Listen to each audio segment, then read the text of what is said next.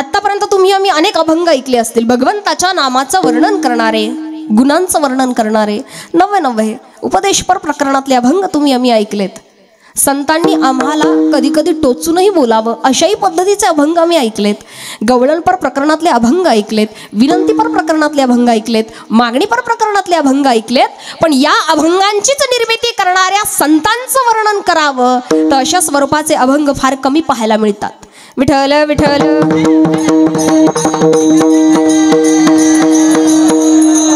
संतांचं वर्णन करावं अशा स्वरूपाचे अभंग जर बघायला गेलं तर दुग्ध शर्करा योग म्हणावा लागेल. कारण वर्णन करणारे आहे संत आणि ज्यांचं वर्णन करावं ते सुद्धा आहेत संत. वर्णन करायचं झालं तर कुणीही कुणाचं करून जमत, कुणी कुणाचं वर्णन करून जमत नाही. अधिकारी व्यक्तीनं अधिकारी व्यक्तीचं वर्णन करावं, नाही तर वर्णन करायचं झालं महिला मंडळ जावई बुवाचं, असा जावई कोणला वर्णन करतात ना महिला मंडळ. आता पोटचं लेकरू म्हटल्यानंतर कुठले मायबाप अतिशयोक्ती करणार नाही. पण यथार्थ वर्णन व्हावं असं जर वाटत असेल तर अधिकारी व्यक्तीनं अधिकारी व्यक्तीचं वर्णन करावं. तसं शांती ब्रह्म एकनाथ महाराज अधिकार काय सांगावा, ज्यांच्या घरी स्वतः भगवंतानं राबावं एवढा अधिकार नाथांचा आहे. ज्यांच्या घरी स्वतः भगवंतानं राबावं एवढा अधिकार जर संतांचा आहे, त्या नाथांचा आहे, तर निश्चितपणे त्यांनी वर्णन करावं तर ते यथार्थ आहे. विठ्ठल विठ्ठल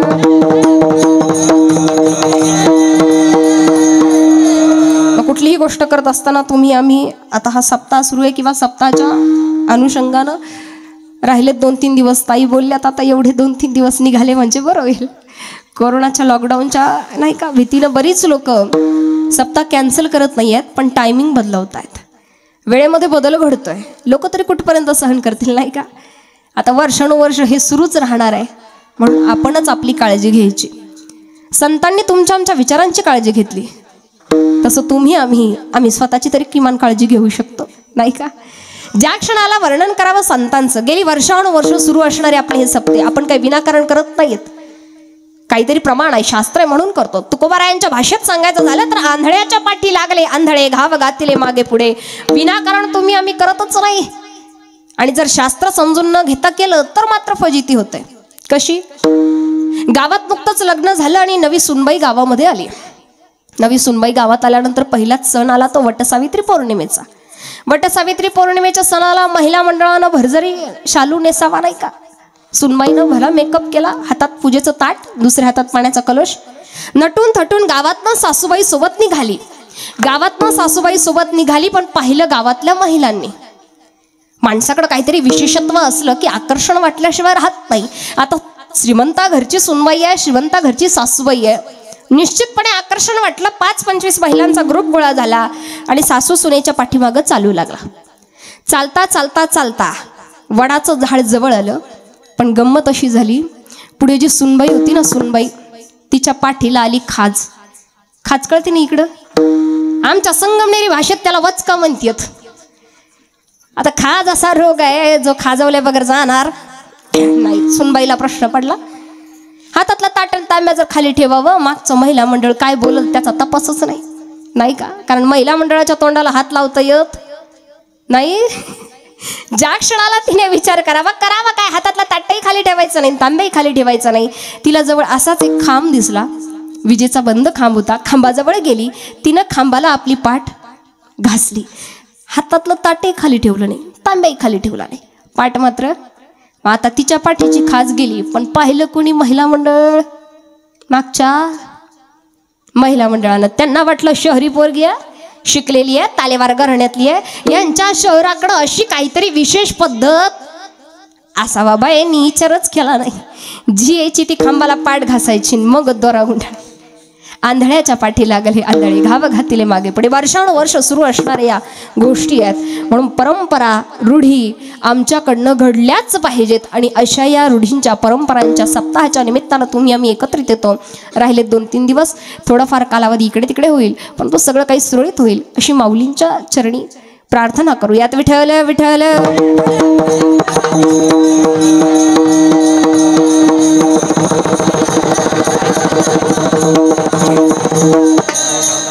ज्या क्षणाला वर्णन करावं संतांचं, तर संतांच्या स्वभावाचं वर्णन करतायत की या संतांनी अभंगांची निर्मिती तर केली, पण यांचा स्वभाव मुळात कसा आहे संत नेमकं कसे आहेत?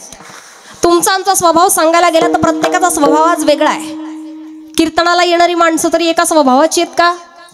एका स्वभावाची? हौशे गौशे नवशे नाही का? प्रकाराचे 3 तुका म्हणे केले. प्रत्येकाचं एक विशेषत्व आहे. कुणाला काय आवडेल सांगता येत नाही. कीर्तन ऐकायला येणारी माणसं, कोणी गायन ऐकायला आवडतं म्हणून येतात बरं का महाराज मंडळी. कोणी वाजवणं आवडतं ऐकायला म्हणून येतात. कोणी कीर्तन चिंतन ऐकायला आवडतं, कुणाला विनोदच ऐकायला आवडतात. अनेक प्रकारांना आवडीनिवडी आहेत. त्यातलं महाराज आम्हाला काही समजत नाही हो, पण वाजवण्यामध्ये गोडवा आहे ते ऐकायला आम्ही येतो. आम्हाला माहित नाही त्याच्यात 8 मात्रा वाजवल्या, 16 मात्रा वाजवल्या, 32 मात्रा वाजवल्या, 64 मात्रा वाजवल्या, त्रिपल्ली चक्रधार वाजवला का चक्रधार वाजवला, त्याच्यामध्ये कुठली लग्गी कुठे वाजवली, सरपटी कुठे, भजनी ठेका कुठे, आम्हाला त्याचं ज्ञान नाही. पण ऐकण्यामध्ये गोडवा आहे ते ऐकायला आम्ही येतो. गायनातलं आम्हाला काही कळत नाही. आसावरी राग आहे, बागेशी राग आहे, भूप राग आहे, यमन आहे, तोडी आहे, भैरवी आहे, शिवरंजनी आहे, मधली चाले, ठाईची चाले, ठाईच्या चालीत मिश्र चाले. आम्हाला ज्ञान नाही, पण ऐकण्यामध्ये गोडवा वाटतो ते ऐकण्याकरता आम्ही येतो. हार्मोनियम आहे, वादी स्वर कुठला, संवादी स्वर कुठला, ओढव कुठला, शाडव कुठला, ओढव संपूर्ण कुठला, शाडव संपूर्ण कुठला, त्यातला वर्ज कुठला, पंचम कुठला, मध्य कुठला, कोणता राग कोणत्या प्रहरी गायलेला असावा याचं ज्ञान आम्हाला नाही, परंतु ऐकण्यात गोडवा आहे. विठ्ठल विठ्ठल.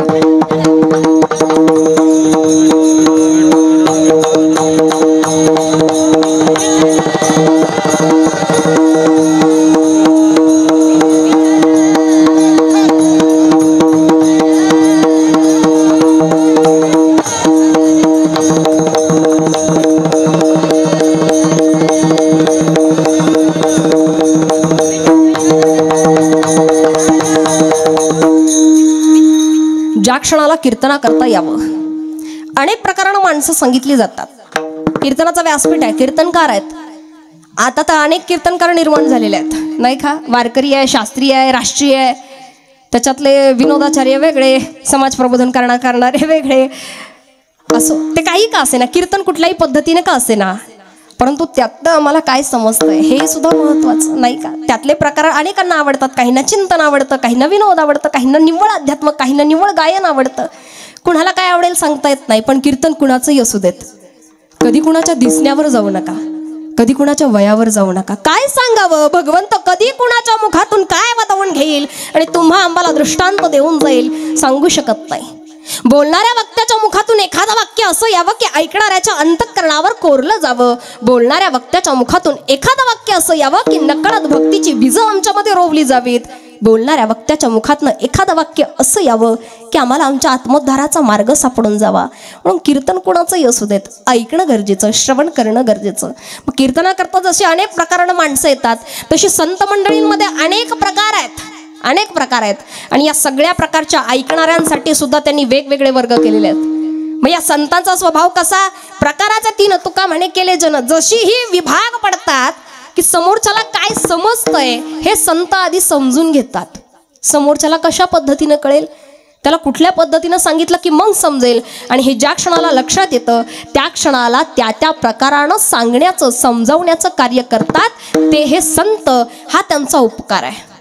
उपकार अगणित आहे. वर्णन करायचं झालं तर महाराज आत्तापर्यंत तुम्हाला आम्हाला भक्तीची अनेक रूपं माहीत होती. भक्ती कशी करावी आत्तापर्यंत कर्मकांड केली जायची, शास्त्रोक्त पद्धतीनं विधी केले जायचे. पण कर्मकांड करून माणसाला जर सुख लाभलं असतं, मुक्या प्राण्यांचा जीव घेऊन जर तुम्हाला आम्हाला सुख मिळत असतं, तर आज कष्ट करायची गरजच काय होती? शास्त्रोक्त पद्धतीनं विधी करावेत, यज्ञ यागादी विधी करावेत, तर तेही योग्य पद्धतीनं जर झाले नाहीत तर त्याचं पाप मस्तकावर आल्याशिवाय राहत नाही. मग संतांनी केलं काय? तुम्हाला आम्हाला सोप्या भक्तीकडे आणलं की नेमकी कशी असावी. नामचिंतन सांगितलं जातं, नामसंकीर्तन. पण समाजामध्ये बघा ना, अनेक पंथ आहे, अनेक संप्रदाय. नेमकं कुठं जावं लोकांना प्रश्न पडतो. नेमकं कुठल्या संप्रदायाकडे जावं? वारकरी संप्रदाय का असे ना, पण याच्यात सुद्धा आता फाटे फुटायला लागले. मग कुठं जावं? नामसंकीर्तन कसं असावं, कुठल्या पद्धतीनं असावं? प्रत्येकजण वेगवेगळ्या प्रकारानं सांगतो, पण फार सुंदर वर्णन येतं. शतकोटी रामायणाची निर्मिती व्हावी, 100 कोटी श्लोकांची रचना निर्माण व्हावी. आणि एखादं चांगलं काम जर झालं तर भांडणं लागत आहेत, भांडणं. सुरुवातीला चांगलं काम झालंय म्हटल्यानंतर भांडणं झाली. कुणामध्ये? स्वर्गीचे देव भांडतायत, पृथ्वीवरची माणसं भांडतायत, पाताळातले साप भांडतायत. तिघांची भांडणं गेली भगवान शंकरांकडे. तिघांच्याही बाजू ऐकून घेतल्या. देवांनी म्हणावं रामायण यांचं रामायणाचा अधिकार आम्हाला. म्हणे कसा? भगवान विष्णू प्रभू श्रीरामचंद्र अवतार कुणाचा? देवाचा. नीट लक्ष देऊन ऐका बरं. अवतार कुणाचा? देवाचा. मग रामायणाचा अधिकार कुणाला? देवांना. म्हणे पृथ्वीवरच्या माणसांना सांगावं ते काय आम्हाला माहित नाही. तो देव असेल तिकडं तुमच्या घरी. इथं कुणाच्या रूपानं आला? माणसाच्या. मग रामायण कुणाचं? आमचं. ते पाताळातल्या सापांनी म्हणावं महाराज रामायण फक्त आमचं. म्हणजे पाताळातल्या सापांचं रामायण कधीपासून झालं? म्हणे भगवान विष्णूंच्या प्रभू श्रीरामचंद्रांच्या सोबत वनवासाला जाणारे त्यांचे कनिष्ठ बंधू. रामाचा लहाना भाऊ रोहनवाडी झोपली का काय? रामाचा लहाना भाऊ जो वनवासाला गेला तो लक्ष्मण. तो म्हणे शेषनागाचा अवतार. म्हणजे आमच्यातला कोण झाला? भाऊबंद. भाऊबंद कळती नाही इकडं. म्हणे तो आमच्यातला भाऊबंद झाला म्हणून रामायणाचा अधिकार आम्हाला. तिघांच्या बाजू ऐकून घेतल्या. आता करायचं काय? भगवान शंकरांनी ठरवलं चला वाटणी करूया. पण वाटणी करायची म्हटल्यानंतर ती काय साधी वाटणी नाही. ती काय आपल्या 4 बंगल्याची 2 एकराची वाटणी नाही. 100 कोटी श्लोकांची वाटणी आहे. देवांना दिले 33 कोटी, माणसाला दिले 33 कोटी आणि पाताळातल्या सर्पांना दिले 33 कोटी. खाली किती उरले? झोपले का काय? ऐकताय ना? नाही तर तुम्ही हिशोब करा. मी आले चहा पिऊन. देवांना दिले 33 कोटी, माणसाला दिले 33 कोटी आणि पाताळातल्या सर्पांना दिले 33 कोटी. खाली उरले 1 कोटी. 1 कोटीमध्ये पुन्हा वाटणी. पुन्हा 33 लाख 33 लाख 33 लाख. खाली उरले 1 लाख. 1 लाखामध्ये पुन्हा वाटणी. पुन्हा 33,000 33,000 33,000. खाली उरले 1,000. 1,000त परत वाटणी. 300 300 300. खाली उरले 100. 100त परत वाटणी. 33 33 33. आता खाली श्लोक उरले 1. वाटायचा कसा? श्लोक वाटायचा कसा? अक्षरं मोजले गेले. 32 अक्षरं भरले. प्रत्येकी तिघांमध्ये 10 10 10 अक्षरं वाटून दिल्या गेली. आता खाली उरले 2 अक्षरं. वाटा बरं तिघांमध्ये. वाटता येईल? समसंख्या विषमसंख्या वाटता येत नाही. मग करायचं काय? या वाटणीचं फळ म्हणून भगवान शंकरांनी जी 2 अक्षरं स्वतःकडे ठेवून घेतली, 99 कंठामध्ये धारण केली, ती या सगळ्या 100 कोटी श्लोकांचं सार निघालं. ते म्हणजे राम. भजन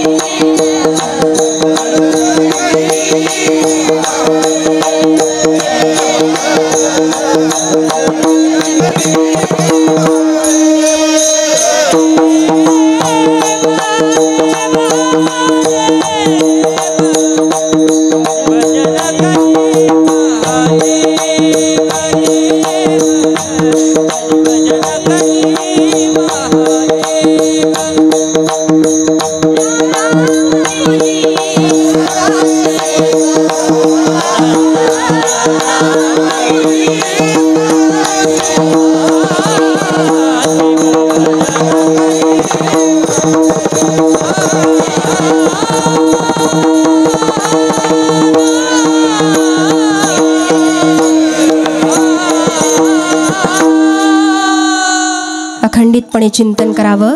ते भगवान शंकरांनी राम नाम कंठामध्ये धारण करावं. सतत चिंतन करतायत, जप करतायत.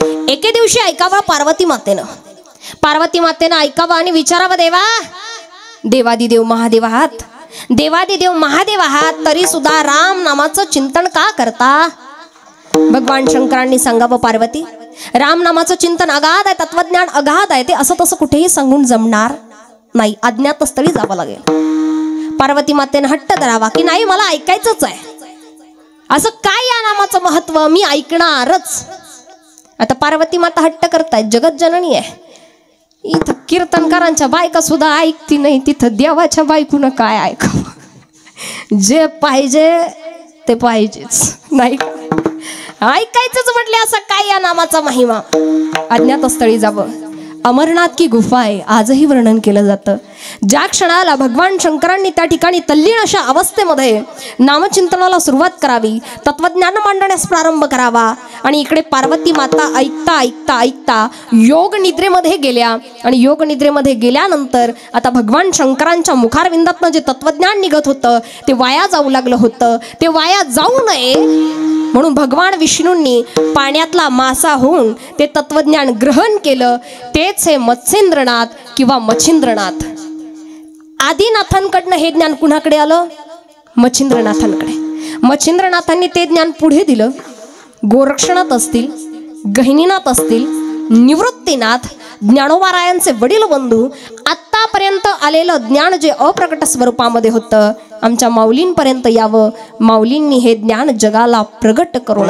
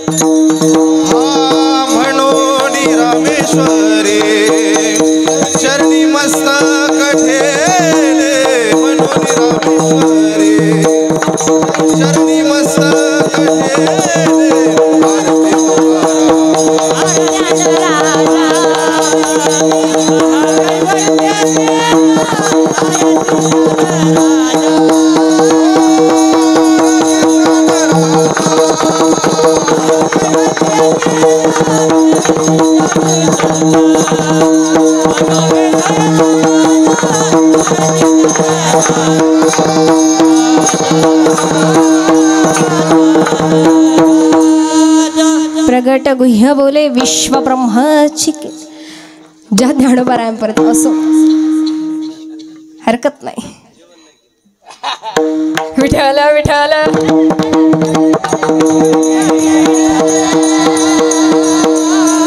हा विषय बाकीच्यांना माहित नसतो, तुम्ही कशाला माहित करू देता? विठ्ठल विठ्ठल.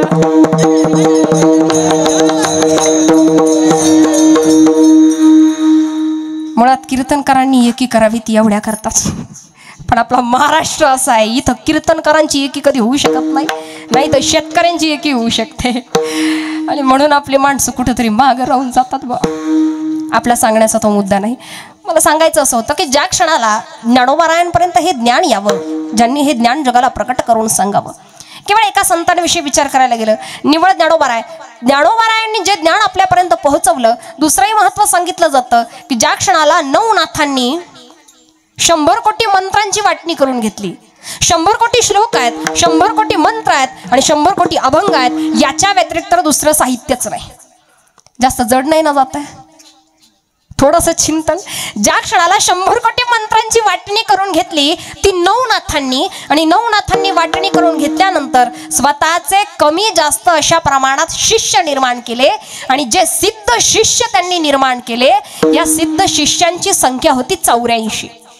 मग या सगळ्या शिष्यांना एक स्थान दिलं जावं, आणि ते स्थान कुठलं असावं तर ते स्थान होतं श्री क्षेत्र आळंदी. 84 सिद्धांचा सिद्ध भेटी मेळा ज्या ठिकाणी वर्णन केलं जातं. मग या नवनाथांपैकी झालं असं, इंद्रदेवांनी ठरवलं की यज्ञ आरंभ करायचा. ब्रह्मदेवांच्या सांगण्याप्रमाणे यज्ञ आरंभ केला. नवनाथ त्या ठिकाणी बसलेले आहेत. परंतु या नवनाथांपैकी ज्या क्षणाला मीननाथांना हे ज्ञान दिलं जात होतं, मीननाथांना ज्ञान देत असताना इंद्रानं झाडावरती बसून चोरून मोराचं रूप घेऊन ते ज्ञान ग्रहण केलं.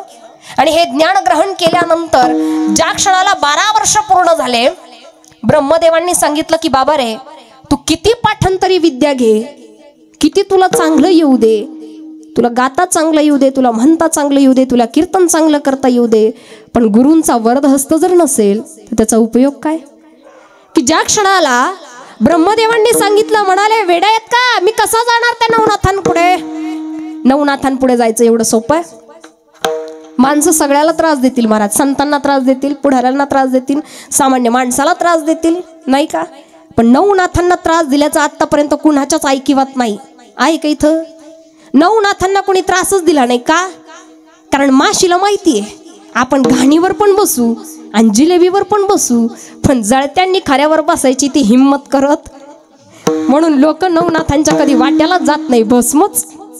अहो नाथांपुढे जायचं एवढं सोपं आहे का? ब्रह्मदेवांनी सांगितलं या जगामध्ये सगळ्यात महत्वाचं काय असेल तर ते म्हणजे क्षमा. जाऊन पाय धर, माफी आणि सांग की मी हे ऐकलं आणि माझ्याकडे ही विद्या असू द्यात. म्हणून नवनाथांपुढे जावं, लोटांगण घातलं मला माफ करा, पण शेवटी नवनाथांनी सांगितलं की बाबा रे तू चोरून ऐकलंय, तुझी विद्या फलित होणारच नाही, फलित होणार नाही. इंद्रानं सांगावं असं करू नका, 12 वर्ष झाली ऐकतोय, कुठेतरी त्या 12 वर्षांची तपश्चर्या माझी आहे, एक तप पूर्ण झालंय, माझ्याकडे असू द्यात ज्ञान. मग एक कर, हातामध्ये कमंडलू घे आणि हातातनं संकल्पित पाणी सोडत चल, आणि जोपर्यंत ते मुखारविंदात 100 कोटी मंत्र पूर्ण होत नाही तोपर्यंत हातातनं संकल्पित पाणी सोडत राहायचं. मग इंद्रानं जसं कमंडलू उचलला तसा सह्याद्रीच्या पर्वतरांगांमध्ये येऊन बसावं आणि मरकळपासून सुरू झालेली हातातनं संकल्पित निघालेलं पाणी, इंद्राच्या मुखातनं निघालेल्या मंत्रांनी युक्त असलेलं तीर्थ इंद्रायणी. निव्वळ एका क्षेत्राचं एवढं महत्व, एका संतांचं एवढं महत्व की ज्यांनी उभ्या जगाला ज्ञानेश्वरी प्राप्त करून द्यावी, सर्वसामान्यांसाठी हरिपाठ द्यावा, 99 चांगदेव 65 असेल, अमृतानुभव असेल, 4 प्रकारच्या अधिकाऱ्यांना ते जर वाटून द्यावं, निव्वळ एका संतांचं एवढं महत्व, एका संतांचे एवढे उपकार. मग तुकोबाराय सांगायचं झालं, नाथबाबा सांगायचं झालं, इतर सर्व साधू संत मंडळी आहेत, गोरोबा काका असतील, कुर्मदास महाराज असतील, नाही का चोखोबाराय असतील, संत महिला मंडळ असेल, मग एकेका संतांचं वर्णन जर करायचं झालं तर 2 तास सोडा, सप्त्याचे 8 दिवस सोडा, वर्षापर्यंत सुद्धा सांगून संपणार नाही, एवढे अगणित अशा स्वरूपाचे उपकार. म्हणून तर नाथ महाराज म्हणतात काय शब्दात वर्णन करता येत.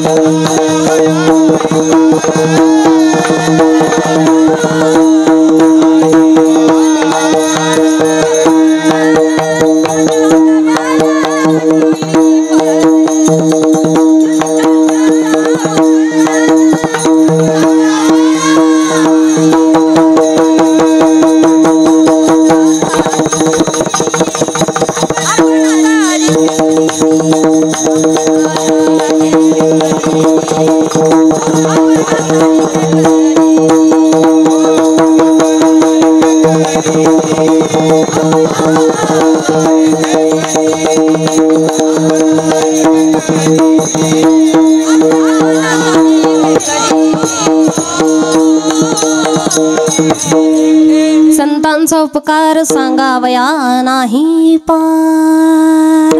शब्दात वर्णन करताना नाही, एवढ्या असंख्य पद्धतीनं उपकार जनसामान्य जीवांवरती करावेत ते हे संत. मग अशा संतांचा स्वभाव जर वर्णन करतायत तर नाथबाबांनी सांगावं संत नेमकं करतात काय, तर तुम्हाला आम्हाला स्वतःसारखं बनवण्याचं कार्य करतात.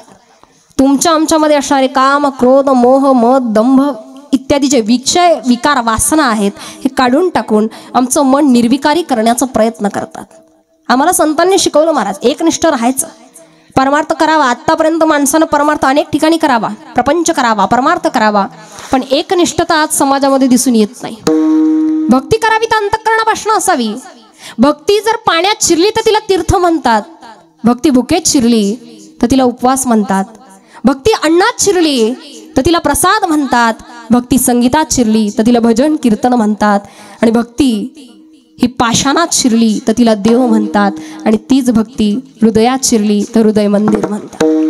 माणसाच्या अंतःकरणामध्ये भक्ती असावी आणि ही भक्ती एकनिष्ठतेनं असावी.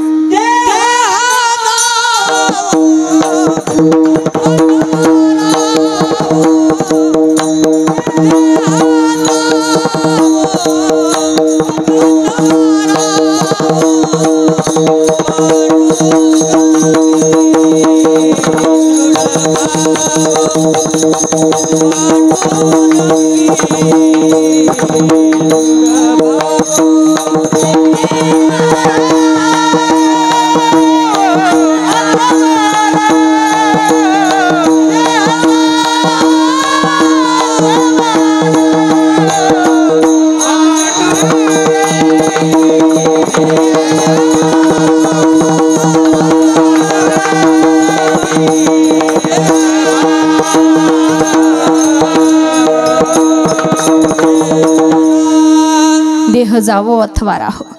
आमची एकनिष्ठता मात्र आज दिसून येतच नाही. बऱ्याच ठिकाणी एकनिष्ठता दिसत नाही. की ज्या क्षणाला तुळशीची माळ गळ्यामध्ये घातली आणि झाला कोरोना, ते डॉक्टर का जात आहे, डॉक्टरने त्याला सांगायचं भाऊ आता तुझी तब्येत लईच खराब झाली आहे, रक्त राहिलं नाही, हिमोग्लोबिन काय असेल ते तुझं कमी होऊन गेलं बाबा, आता तब्येत कमी झाली. आणि आजी बाबा तुम्हाला खाल्ल्या बगर जमायचं. गळ्यातल्या माळाच काढल्या काहींनी. बरं गळ्यातल्या माळा काढून कुठे जगत येत होय जास्त दिवस. आणि काही तर हंगामीच वारकरी, आली वारी घाल माळ, गेली वारी काढ माळ.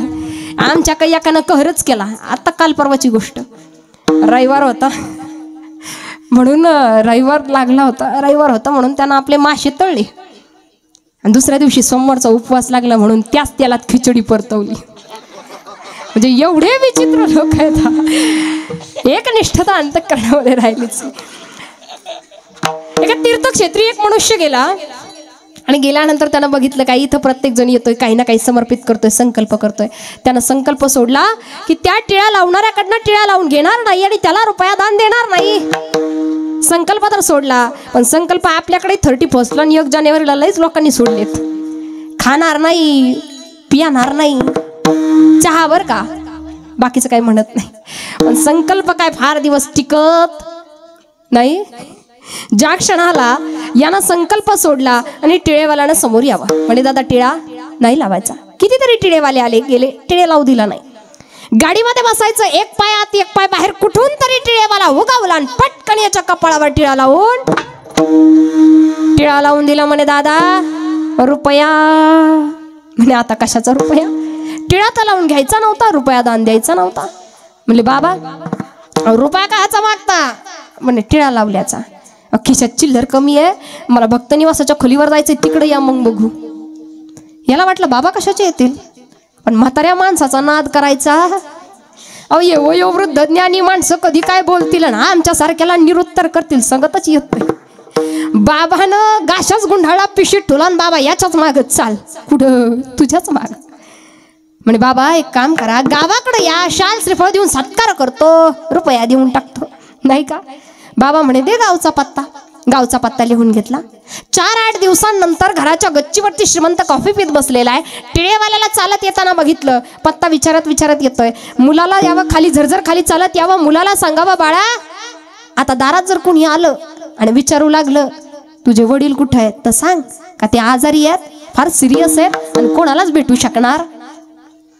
पोराने बापाच्या कपाळाला हात लावला. बाबा ताप आलाय का, छातीत दुखताय का, मला काय धाड भरली नाही, तुला सांगितलं तेवढं कर. टिळेवाला दारात आला, आवाज देऊ लागला दादा आहात का घरी. मुलगा बाहेर आला. काम काय, काम काही नाही, तुझ्या वडिलांकडे काम आहे, त्यांना बोलावतोस. वडील फार आजारी आहेत, फार सिरियस आहे, कुणालाच भेटू शकणार नाही. एवढे आजारी आहेत, हो खूप आजारी आहेत, आज तरी कुणाला भेटू शकणार नाही, तू काळजीच कशाला करतो, मी इथून जातच नाही. बाबानं बंगल्याच्या पोर्च मध्ये जे मुक्काम ठोकला, 2 दिवस झाले 4 दिवस झाले तरी बाबा काय जागचे हालायला तयार. पोरगट्या टिळेवाल्याला विचारते बाबा तुमचं काम काय हो. काम काही नाही, तुझ्या बापाकडून रुपया दान घ्यायचा. पोरग म्हणतो मी देतो, जमणार नाही, तुझ्या बापाकडूनच घ्यायचं. पोरग बापाला म्हणतो बाबा कोट्यानं संपत्ती पडली, देऊन टाका ना, रुपया दान द्यायला काय जातंय. अब काहींना जमतच नाही महाराज, श्रीमंती आहे पण द्यायची इच्छा नाही. ज्याच्याकडे द्यायची इच्छा आहे त्याच्या खिशात काही नाही, आणि ज्याच्याकडे द्यायची इच्छा आहे श्रीमंती आहे त्याच्या हातात काही नाही. कुलपाच्या चाव्या तर तिच्याच कमराला नाही.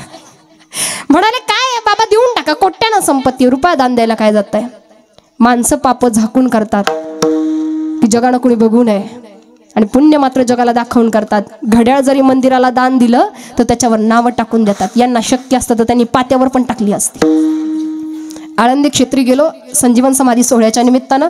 धर्मशाळेमध्ये कीर्तन होतं. आता कीर्तन म्हटल्यानंतर जरा धर्मशाळेत वातावरण गरम व्हायला लागलं. म्हटलं दादा पंखा लावता का. पंख्याकडे सहज लक्ष गेलं तर पंख्याच्या एका पात्यावर पंखा दान देणाऱ्याचं नाव लिहिलेलं होतं.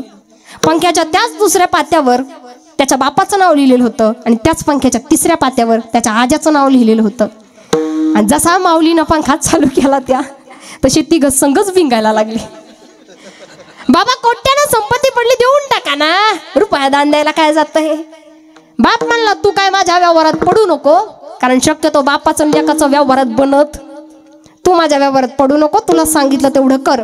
आता जर त्या टिळेवाल्यानं विचारलंच तर सांग का तुझा बाप गेला.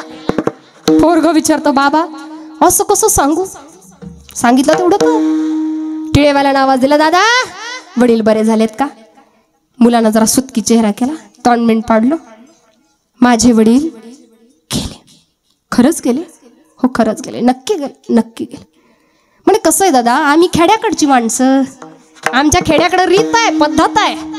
कुणाच्या सुखात सहभागी होता नाही आलं तर होऊ नये, पण कुणाच्या दुःखात सहभागी झाल्याशिवाय राहू नये. आता एवढे आलोच होतो तर तुझ्या बापाला पोहोचूनच जातो.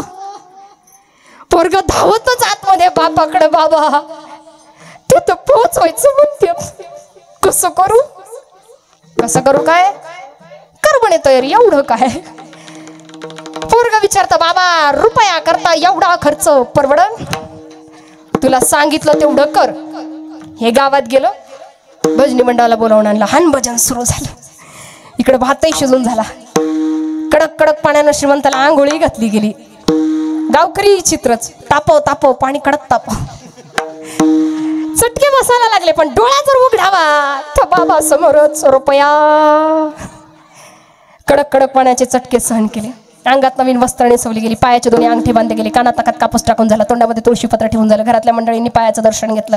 भात शिजवणारे, वारा घालणारे, पाणी घालणारे नातेवाईक, आप्तेष्ट मंडळी सगळे निघाले. कुठं. नगर प्रदक्षिणेला. नगर प्रदक्षिणा पूर्ण झाली. विसावाही देऊन झाला. शेवटची विश्रांती पूर्ण झाली. स्मशानभूमीमध्ये आणलं, काष्ट रचली गेली. तिरडीवरनं उचललं, काष्टावरती ठेवलं. बहिणीला बाबाच्या पाठीला हात लावला. मडकं तिनं फिरवून झालं, मडकं फोडून झालं. मुखारविंदामध्ये पाणी टाकून झालं. सगळे विधी जवळपास पूर्ण झालेच. आता फक्त अग्निडाव द्यायचा बाकी.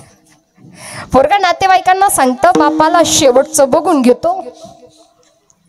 पोरानं बापाच्या कानाजवळ यावं, हळूच विचारावं बाबा आता फक्त पेटवायचंय, कसं करू कसं करू. काय तोंडातलं तुळशीपत्र झालं, पेटव पेटव. पोराच्या डोळ्यात पाणी आलं. बाप नाक रुपया करता जाणार बुवा. चितेला अग्निडाव दिला गेला. चिता धडधड करत पेटू लागली. शरीराचा अंगाचा दाह होऊ लागला. भगवान परमात्म्याला दया यावी आणि सांगावं की बाबा रे तुझा रुपया सुटला. तसं ते जळत्या सरनावच उठून बसलं. पाय मग कसा पट्ट्या उठला. विनोदाचा भाग सोडा, सांगण्याचं तात्पर्य एकच आहे. जीव जाण्याची वेळ आली तरी चालेल, देव तर काय जीव जाऊ देत. परमार्थामध्ये जीव जाण्याची वेळ आली तरी चालेल, पण परमार्थात केलेला संकल्प मोडता कामा नये. आमच्या अंतःकरणामध्ये भक्ती रुजवण्याचं कार्य केलं ते संत आहेत. अंतःकरणातले विषय विकार वासना दूर काढून टाकण्याचा प्रयत्न करतात. माणसाची मनोवृत्ती जी बिघडलेली आहे ती सुधारण्याचं कार्य करतात ते संत आहेत. स्वतःसारखं बनवतात म्हणजे काय तर हेच करतात. कारण संत दोन काळांमध्ये जगतात. सामान्य माणसं 3 काळात जगतात आणि मूर्ख माणसं एकाच काळात जगतात. मूर्ख माणसं निव्वळ एका काळात जगतात. आता श्रीमंती आहे पण समोरून जर एखादा आला ना त्याला सांगायला सुरुवात करतात ताई आता आपल्याकडे फार श्रीमंती आहे, पण पहिले असं काही नव्हतं बरं. 18 विश्व दारिद्र्य अरे बाबा आहे ते उपभोगायचं सोडून गेलेलं उगाळ दुःख करत बसतो, मग उपयोग काय? आणि काही माणसं अशी पण आहेत, ताई लग्न झालंय 2 लेकरं आहेत, पण ती सोडून गेली म्हणजे अंतःकरणातले विषय विकार वासना जर आमच्या निघूच शकत नाही तर मग उपयोग काय? बरं काही माणसं अशी सुद्धा आहेत निव्वळ वर्तमान काळात जगतात. आजचा दिवस जगून घ्यायचा, उद्याचं कुणी पाहिलंय? बरेच लोक म्हणतात ताई आजचा दिवस जगून घ्यायचा नाही का, उद्याचं कोणी पाहिलं? हाय तरुण तवर घ्यावा मजा करून, जाऊन मरून तर लोक टाकत्यान पुरून. त्या कसले गाणे निघाले ते घेण्याजोगते नाहीत. पण माणसानं बुद्धिवादी जीवानं आजचा दिवस जगून घेशील बाबा, पण उद्या जर जगलाच तर खाणार काय?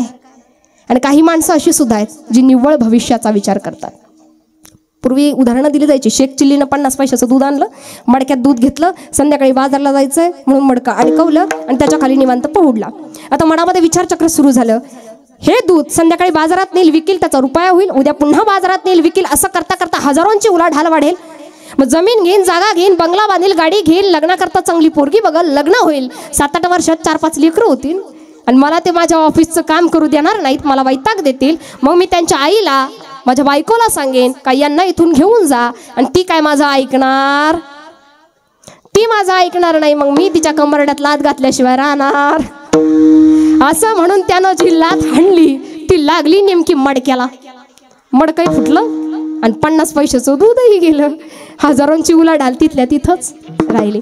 संतांचं असं नाही, संत 2च काळात जगतात, भविष्याची त्यांना चिंता नाही. आम्ही वैकुंठवासी आलो याची कारण असे, कशा करता? उद्धाराया जन जड जीवा. भूतकाळात वर्तमान काळामध्ये येतात, मात्र सामान्य माणसानं 3 काळामध्ये जगावं.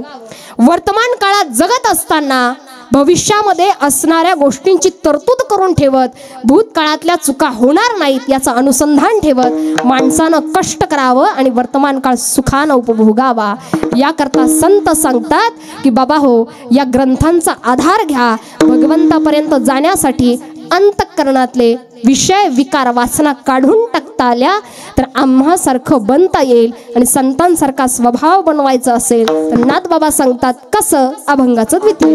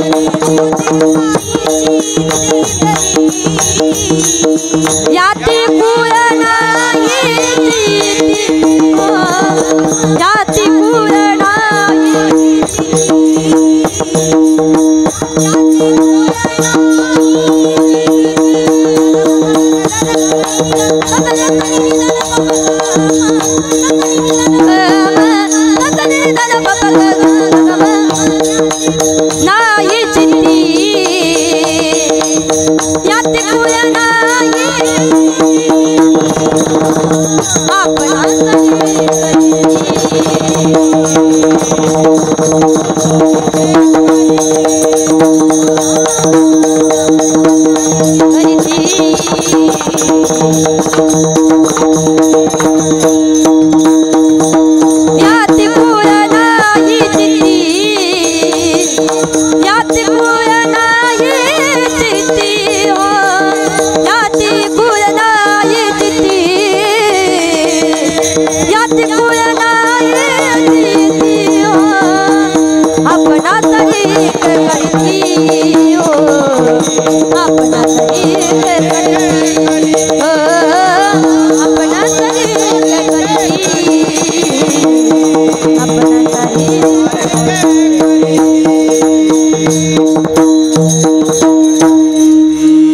सारिखे करीती याती कुळ नाही चित्ते. संत आम्हाला स्वतःसारखं बनवण्याचं कार्य करतात आणि ते करत असताना मनामध्ये कुठल्याही याती कुळाचा विचार येऊ देत नाही, जाती धर्माचा विचार येऊ देत नाही. मुळात जाती धर्म संतांपाशी नाहीतच, ते तर तुमच्या आमच्यासाठी महत्त्वाचं ठरतं नाही का. तुम्ही आम्ही माणसं म्हणतो महाराज दिवशी जातीचं प्रमाणपत्र लागते नाही का. संतांपाशी ते नाहीच. तुम्ही आम्ही जाती धर्मावरती विश्वास ठेवतो, ठीक आहे, प्रत्येकजण मोठा आपापल्या ठिकाणी. पण कुठेतरी समाजामध्ये जगत असताना धर्म, जात, पंथ, संप्रदाय याच्याही पुढे जाऊन कुठेतरी माणुसकीचा धर्म आहेच ना. काय माणसं आजकाल कुठलेही व्हिडिओ व्हायरल करतात, काही व्हायरल होतंय महाराज, आजकाल तर काही व्हायरल होत आहे. काल परवाचीच गोष्ट, ज्या क्षणाला मोबाईलवरती तो व्हिडिओ बघितला, एक मिरची खाण्याकरता लेकराला दिली, त्या लेकरानं ती मिरची खावी, डोळ्यातली आसवा लपवत ती मिरची खाल्ली, तिखटपणाही सहन केला, हातामध्ये पैसे आले, चेहऱ्यावरती हास्य आणण्याचा प्रयत्न करते, पण डोळ्यातलं पाणी काही लपवता येईना. म्हणजे लोक माणुसकी एवढी विसरत चालले. काल परवाचाच व्हिडिओ, आत्ता रात्रीचा व्हिडिओ मला वाटतं की ज्या क्षणाला आपल्या देश सीमेवरती रक्षण करणारे अनेक जवान आहेत, जिथं पाणी सुद्धा पिता येत नाही म्हणालेत नाही का. आणि एवढ्या थंडीमध्ये, एवढ्या गारठ्यामध्ये ते आपल्यासाठी बसलेत, देशाचं रक्षण करतायत. त्या जवानांना, शहीद होणाऱ्यांना, कार्यरत असणाऱ्यांना कधी जात विचारली जाते, धर्म विचारला जातो. कौन मरता है बेवफा सनम के लिए, 2 गज जमीन नहीं मिलेगी दफन के लिए. कौन मरता है बेवफा सनम के लिए, 2 गज जमीन नहीं मिलेगी दफन के लिए. अगर मरना ही है तो मर इस वतन के लिए, कम से कम तिरंगा तो मिलेगा तेरे कफन के लिए. तेरे कफन के लिए. मृत्यू यावा, तिथे जात धर्म पंथ संप्रदाय बघितलं जात नाही. देशाकरता मरावं. सिंधुताई सपकाळ कुठल्या जातीच्या धर्माचं बघितलं गेलं, अवघ्या महाराष्ट्रानं स्टेटस ठेवलेत नाही का. आणि त्यांचंही वाक्य खरंच निघालं महाराज नाही का. हा महाराष्ट्र असा आहे, इथं मोठं होण्यासाठी मरावं लागतं.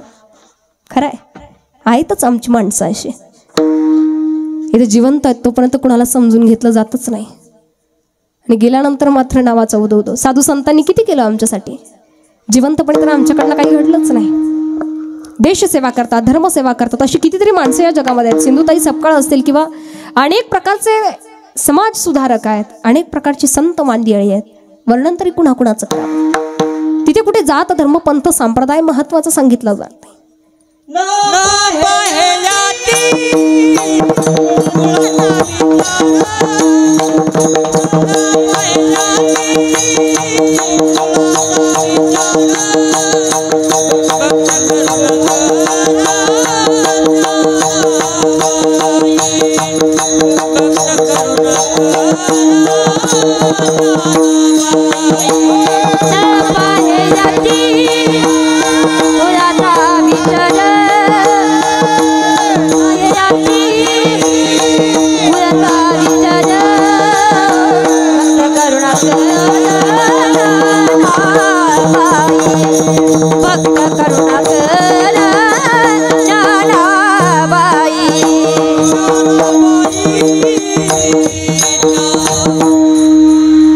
न पाहे अति कुणाचा विचार.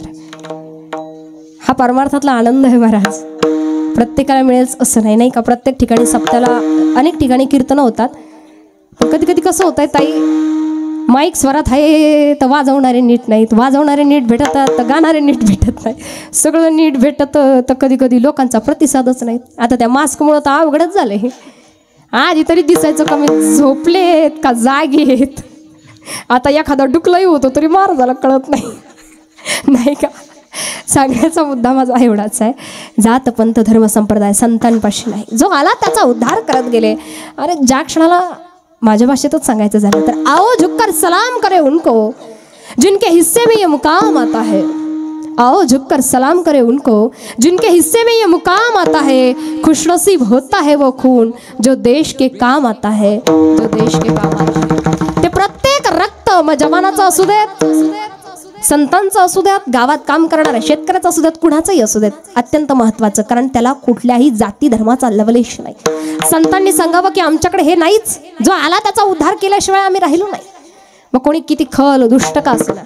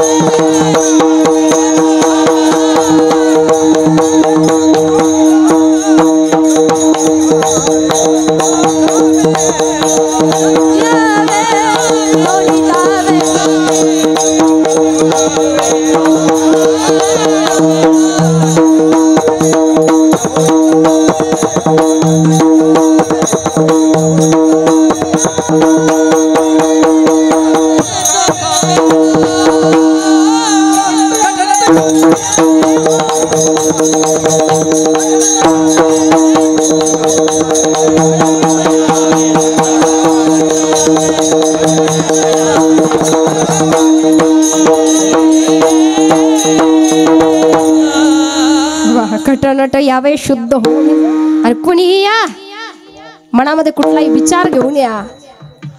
पण या वारकरी संप्रदायाच्या पवित्र अशा भूमीवरती आल्यानंतर मनात कितीही वाईट विचार का असेना, पण इथं आल्याशिवाय तो शुद्ध झाल्याशिवाय राहत, इथं आल्यावर तो शुद्ध झाल्याशिवाय राहत नाही. ही परमार्थाची ताकद आहे. परमार्थ वेशावर नाही महाराज. कसं दिसलं पाहिजे कसं हसलं पाहिजे, परमार्थ वेशावर नाही, परमार्थ विचारांवर आहे. नाही तर रातच्या बाबानं कीर्तन केलं आणि सकाळी तो भलत्याच ठिकाणी दिसला. वारकरी संप्रदाय वेशावर नाही, तो विचारांवर आहे. ज्या क्षणाला कीर्तनकार मंडळी एखादा विचार स्वतः आचरणात आणतील त्याच क्षणाला समाज ते आचरणामध्ये आणतो. साधू संतांनी स्वतः आचरणात आणलं. कोणी किती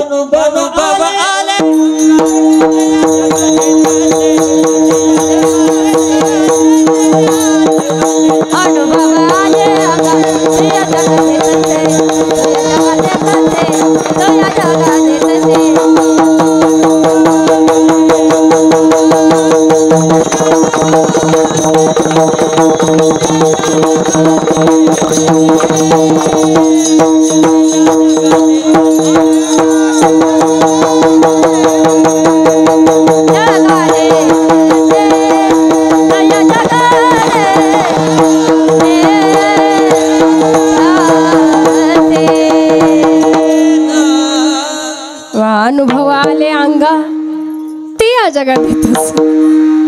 स्वतःला आलेले अनुभव या जगाला सांगतात ते संत आहेत. कोणी कितीही त्रास देण्याचा प्रयत्न करतो. संतांच्या नाथबाबांच्या अंगावरती यवनानं 108 वेळेस थुंकावं वर्णन येतं नाही का, तरीही न रागावता प्रसाद देऊनी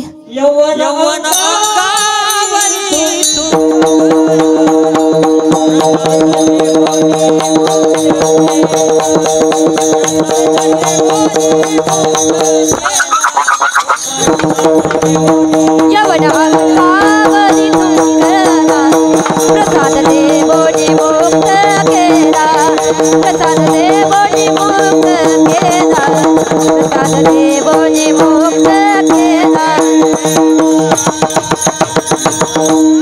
यवनांगावरी थुंकला प्रसाद देवोनी मुक्त केला. अशी कितीतरी उदाहरणं आहेत. 99 ज्या क्षणाला वर्णन येतं संतांनी त्रास द्यावा. आपल्याला सगळ्यांना समाजामध्ये जगत असताना सगळं काही आयतं मिळतं, तरी सुद्धा आमची तक्रार करण्याची सवय काय कधी जातच नाही. सगळं काही देवानं आम्हाला दिलंय तरी सुद्धा माणसं रागावतात की महाराज आम्ही तर देवासाठी एवढं केलं होतं. घरामध्ये अचानक कोणी कमी वयात जर गेलं तर बऱ्याच ठिकाणी लोक प्रश्न उपस्थित करतात का आमच्याच घरात असं का व्हावं, आम्ही तर देवासाठी किती केलं होतं, आम्ही भगवंतासाठी किती केलं, देवाची बाळंतपणं केलीत, आम्ही काय केलं देवासाठी. जेवढं त्यानं दिलं ते तर उपभोगतच आलो. काही गोष्टी अशा आहेत होऊ देत ना मनाविरुद्ध. एखादी गोष्ट मनाविरुद्ध घडली तर फरक कुठे पडतो, शेवटी ज्याचं त्याचं प्रारब्ध आहे. ते देवालाही चुकलं नाही म्हणतात, तिथे तुम्हाला मला कसं चुकावं. साधू संतांना सहन करावं लागलं, तिथे तुमची आमची काय व्यथा. फार सुंदर प्रसंग येतो, अगदी पहाटेचा प्रसंग आहे. शांत निवांत वातावरण. पहाटेच्या प्रसंगाला त्या शांत वातावरणामध्ये झोपडीचं दार किलकिलत उघडावं, 7-8 वर्षांची तेजस्वी मूर्ती बाहेर यावी. अंगावरती उत्तर्य पांघरलेलं छोटासा पंचा खांद्यावरती टाकलेला. अवघ्या 7-8 वर्षाच्या वयात ते लेकरू उठलंय एवढ्या थंडीत. का कशा करता, कारण त्या लेकराच्या मनामध्ये विचार आला आता आपण उठावं, प्रातःकाल होते, इंद्रायणीवर जावं, स्नान करावं, विश्वेश्वराचं दर्शन घ्यावं. आत्ताच्या 20-21 वर्षाच्या वयातल्या तरुणाईच्या मंडळींच्या मनामध्ये येईल, तरुण मंडळींच्या मनात गावात सप्ताह सुरू आहे, काकड्याला जावं, हरिपाठाला जावं. आपल्या गावातलं मला माहित नाही, पण बाकीच्या ठिकाणी जर गेलं, लोकांना सांगितलं दादा ज्ञानेश्वरीचं वाचन करत चला, लोक म्हणतात ताई आपल्याला काय असलं आवडत नाही, आपल्याकडे वेळ नाही. वयाच्या 16व्या वर्षी ज्ञानोबा जर ज्ञानेश्वरी ग्रंथाची निर्मिती करत असतील तर कमीत कमी वयाच्या 51व्या वर्षापर्यंत ती वाचताच आली पाहिजे. वयाच्या 16व्या वर्षी हिंदवी स्वराज्याच्या संकल्पाची स्थापनेची संकल्पना जर छत्रपती करू शकतात तर कमीत कमी स्वतःचं पोट भरता यावं म्हणून 25व्या वर्षापर्यंत एखादा उद्योग व्यवसाय उभारण्याचा संकल्प तुम्ही आम्ही करू शकत नाही, पण नाहीये तुमच्या मनामध्ये. आणि ज्यांच्या मनामध्ये यावं, शुद्ध बीजापोटी फळे रसाळ गोमाटे, ज्यांच्या मनामध्ये तो विचार आलेला होता ती या विश्वाची माऊली ज्ञानोबा. ज्ञानोबारायांच्या मनात यावं, अंगावरती उत्तरीय पांघरलं, छोटासा पंचखांद्यावरती टाकला, इंद्राणीच्या दिशेनं आपली छोटी छोटी पावलं टाकत टाकत टाकत टाकत निघावं. वातावरणातली प्रसन्नता अंतःकरणामध्ये भरून पावते. सूर्यानं भगवा प्रतिबिंब सोडायला नुकताच प्रारंभ केलेला. घरट्यातले पक्षी पिलं उठली आहेत, त्यांना चारा आणावा म्हणून पक्षी बाहेर पडतायत. चिव्हाळा हलकासा कानावरती ऐकू येतोय, दूर कुठेतरी गाय वासराच्या हंबरण्याचा आवाज ऐकू येतोय. इंद्राणीच्या काठी यावं, रात्रीच्या प्रहराला सोडलेले दिवे अजूनही मंदावत चाललेल्या अवस्थेत पाण्यावर उचंबळतात.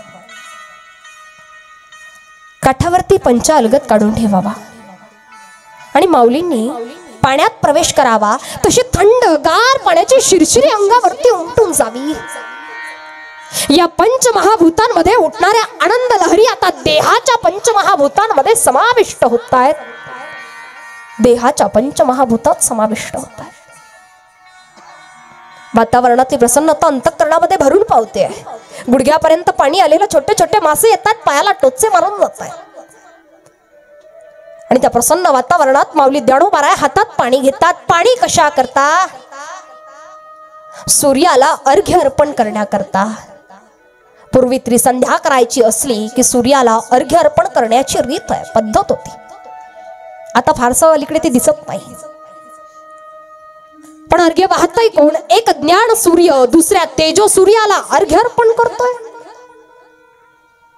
त्या प्रसन्न वातावरणामध्ये माऊलींच्या मुखारविंदातनं धीर गंभीर अशा मंत्रोच्चाराचा प्रारंभ व्हावा. हातातल्या पाण्याचा तवंग, पाणी टपटप टपटप गळतंय, पुन्हा इंद्राणीच्या पाण्यामध्ये समाविष्ट होत आहे.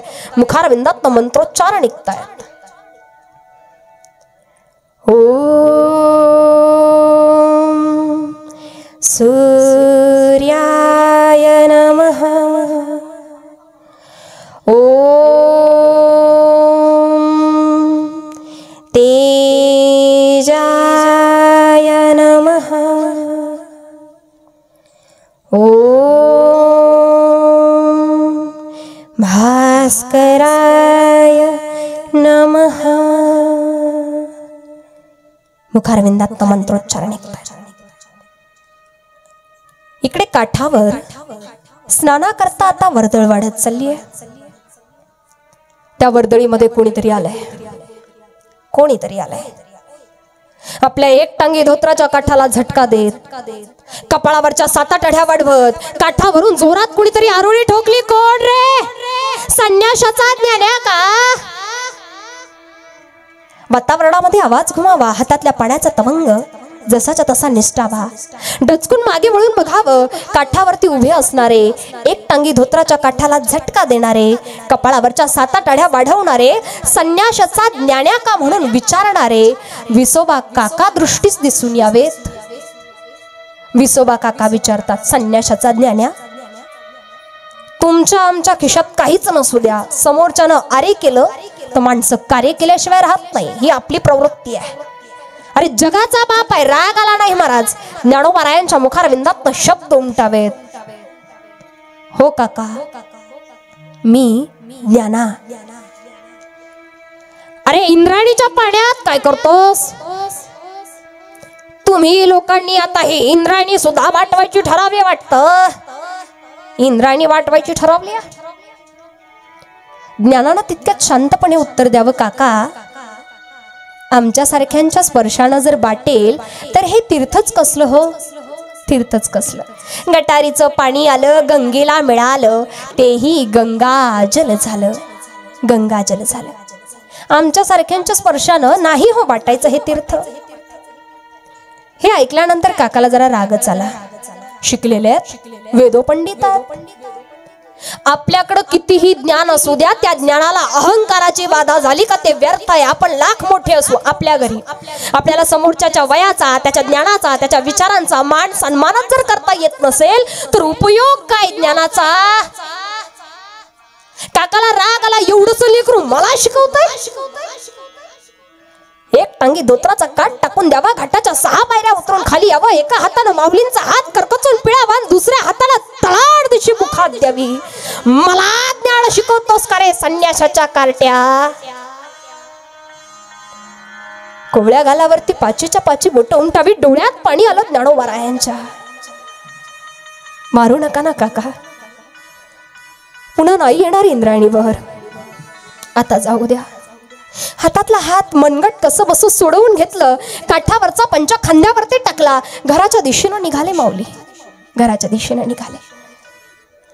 इकडे बराच वेळ झाला ज्ञाना दिसत का नाही म्हणून कुटियाच्या प्रांगणामध्ये आईनं यावं. लांबूनच ज्ञानाला येताना बघितलं. आईनं विचारावं, ज्ञाना ज्ञाना कुठे गेला होतास रे. आई अगं इंद्रायणीवर गेलो होतो का. इंद्रायणीवर कशा करता. आई अगं स्नाना करता गेलो होतो. स्नाना करता गेलो होतो म्हणतोस बाळ, अंगावर गटारीचा गाळ रे राजा, कुठे पडलास का. पडलो नाही गाई, गावातनं येत होतो, ती मुलं खेळत होती, त्या खेळणाऱ्या मुलांकडे काकानं बघितलं आणि सांगितलं, अरे पाहता काय लाता घाला त्या ज्ञानाला. विसोबा काकानं सांगितलं, आई त्या मुलांनी मारलं तर मारलं, काकानं सुद्धा मारलं. रुक्मिणी मातेने पदर डोळ्याला लावावा, विठ्ठल पंतांपाशी जावं. नाथ नाथ आपण सहन करतो ठीक आहे, लेकरांनी का सहन करायचं, कशा करता, काहीतरी करा. काही कालावधीनंतर विठ्ठल पंत प्रतिष्ठान क्षेत्री येतात. आताचं पैठण, पूर्वीचं प्रतिष्ठान. धर्मसभा भरायची, एकापेक्षा एक पंडित आहे, कोणी द्विवेदी, कोणी चतुर्वेदी वेदांचं अध्ययन करणारे, कोणी शास्त्रांचं, कोणी पुराणांचं अध्ययन करणारे, तर कोणी गूढ विद्येचे अभ्यासक आहेत. सगळ्या प्रकारचं ज्ञान आहे, पण एका ज्ञानाची कमतरता आहे, माणुसकीच्या ज्ञानाची. ते नव्हतंच कुणाकडे. तर धर्मपंडितानं धर्मसभेनं सुनवावं, तुमच्या मुलांची मुंज व्हावी म्हणून शुद्धीपत्रक देतो, तुमच्या मुलांची मुंज व्हावी म्हणून शुद्धीपत्रक देतो, पण उभयंताला पती पत्नीला देहांत प्रायश्चित्त घ्यावं लागेल. आहात तयार. क्षणाचाही विलंब न करता विठ्ठलपंत होकार देतात, देहांत प्रायश्चित्तासाठी तयार आहोत. कृष्णाजी पंत थरथरत्या हातानं थांबवण्याचा प्रयत्न करतात. थांबा भाचे बुवा, काय करताय, काहीतरी शास्त्राधार निश्चित असेल, मार्ग निघेल. पण ऐकतील ते विठ्ठलपंतच कसले.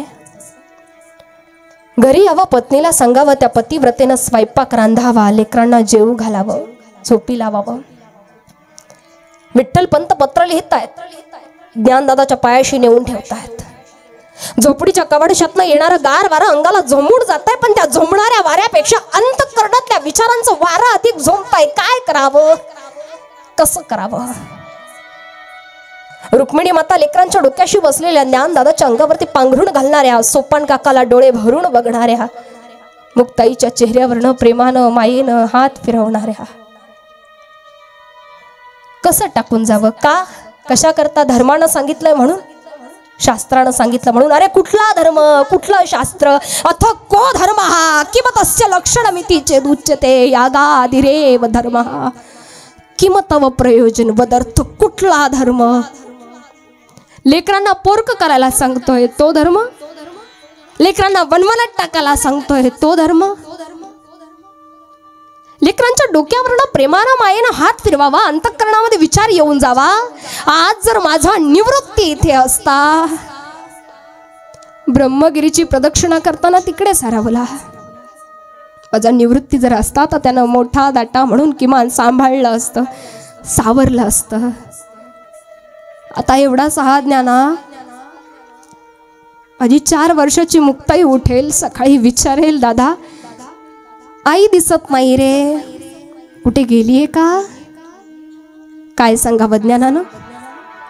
दुपारी 12 वाजण्याच्या सुमाराला माझ्या स्वप्नाला भूक लागेल, विचारेल, दादा भूक लागली रे, पोटात कसतरी होत आहे, कुठून आणावं ज्ञानानं? कशी जगतील, कशी राहतील, काही माहित नाही. पांडुरंगाला साथ घालावी की पांडुरंग, आता लेकरांसाठी सर्वस्व तूच आहेस, तूच माय आहेस आणि तूच बाप आहेस. ही जमीनच अंथरूण आणि हे आकाशच पांघरूण आहे. विठ्ठलपंत साथ घालतात, रुक्मिणी अगं उठ, लेकरं उठली तर नाही जाता येणार, मोह नाही गावरणार. जड अंतःकरणानं उठावं, तुळशी वृंदावनाचं दर्शन घ्यावं, घराकडे भरल्या नजरेनं बघावं, चालू लागावं. निवृत्ती नाथांना समाधीमध्ये दिसावं. कोणीतरी स्त्री आहे, कोणीतरी पुरुष आहे, काठानं चालतायत. कोणीतरी स्त्री आहे, पुरुष आहे, पण चेहरा दिसायला तयार नाही, कारण नियती आहे. सर्व सिद्धींनी युक्त असलेले निवृत्तीनाथ थांबवण्याची क्षमता आहे, पण चेहरा दिसत नाही. चालता चालता चालता त्या पती पत्नीनं थांबावं. थांबल्यानंतर दुसऱ्याच क्षणाला डोहात उडी घ्यावी, इकडे समाधी भंग पावावी, कारण चेहरा दिसावा, साथ घालावी. आई बाबा थांबवण्याची क्षमता असून सुद्धा नाही थांबवता आलं. त्या मायबापांनी त्या लेकरांसाठी एकदाच देहत्याग केला असेल, काय नियती असेल माहीत नाही. देवाची काय रचना असेल की समाजाकरता संतांनी उदयाला यावं, एवढे त्रास सहन करावे. ज्या विसोबा काकांनी त्रास द्यावा त्यांनाच पदरामध्ये घ्यावं ज्ञानोबारायांनी. ज्यांनी ज्यांनी त्रास द्यावा त्यांना सुद्धा उद्धार करून, त्यांचा सुद्धा उद्धार करून सोडावा. आम्हाला हेच तर समजत नाही महाराज. ज्या ज्ञानोबारायांच्या, ज्या तुकोबारायांच्या नावावरती आज हजारो लोक पोट भरतायत, त्या लोकांच्या अंतःकरणामध्ये परमार्थ का नाही? त्यांचे विचार इतके मलिन काय? नाथांचा प्रश्न आहे, माऊलींचा प्रश्न आहे, तुकोबारायांचा प्रश्न आहे. आमच्या कानावरती एखादा प्रसंग पडतो, पण आमच्या अंतःकरणामध्ये ती दयाद्र भावना येतच नाही का? कारण अजून आम्ही तिथपर्यंत पोहोचलोच नाही. आम्हाला माणसाच्या अंतःकरणातला देवच जर कळाला नाही तर दगडातला देव कधी समजायचा? माणसं आमच्या आयुष्यामध्ये येतात जातात, कधी कुणी आयुष्यातनं जातं तर कधी कुणी या जगातनं निघून जातं. आम्हाला त्यांना नाही ओळखता आलं तर तिथे आम्ही ज्ञानोबा तुकोबारायांना कसं ओळखावं? विचारांचं आचारांचं पालनच जर आमच्या तत्वांमध्ये बसत नाही तर मग परमार्थ नेमके आम्ही कुठल्या पद्धतीचं करतोय? आम्ही कीर्तन ऐकतो, पण कीर्तनात आम्हाला जे हवं ते आम्ही घेतच नाही. मग उपयोग काय तरी ऐकण्याचा? माझी एवढी पात्रता आहे असं अजिबात नाही. पण भगवंताविषयी प्रेमच जर मनात नसेल तर किती तत्वज्ञान ऐका, उपयोग नाही.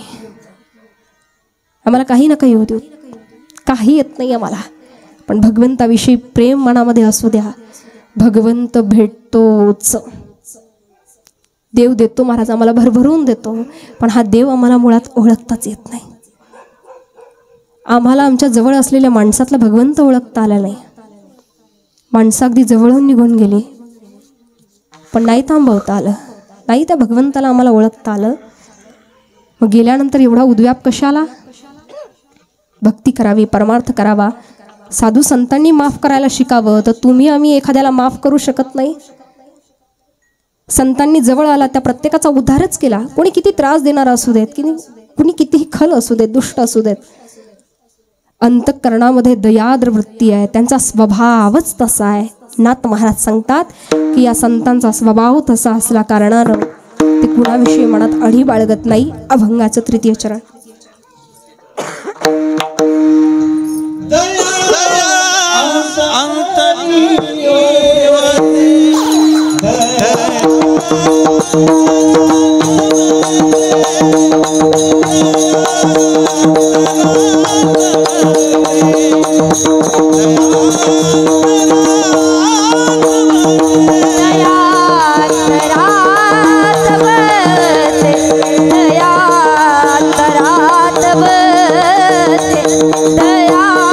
अंतरा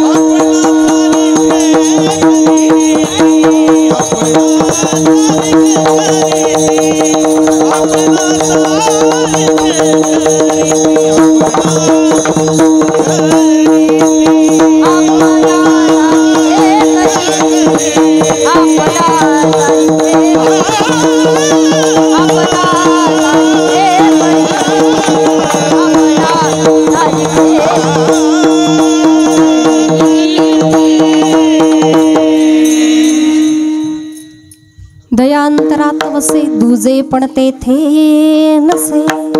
संतांचा स्वभावच असा आहे की जेणेकरून ही सर्व संत मानली आणि अंतःकरणामध्ये कुणाविषयी वाईट भावना विचार ठेवत नाही. विठ्ठल विठ्ठल विठ्ठल विठ्ठल विठ्ठल कुठल्याही प्रकारचा विचार ठेवत नाही. जो शरण आला त्याचा उद्धार केल्याशिवाय राहत नाही. आणि साधू संतांविषयी बोलावं, देवाविषयी बोलावं.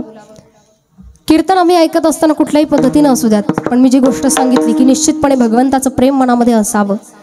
कधी मनामध्ये विचार येऊ देऊ नये, किंतु परंतु येऊ देऊ नये. संतांनी हे आम्हाला जे शिकवलंय ना, निष्ठा असेल, भक्ती असेल. कानावरती नेहमी या गोष्टी पडतात, पण अतिपरिचयात अवाज्ञा घडतात. अनुभव स्वतःचा सांगेन, दुसऱ्यांचा सांगणार नाही.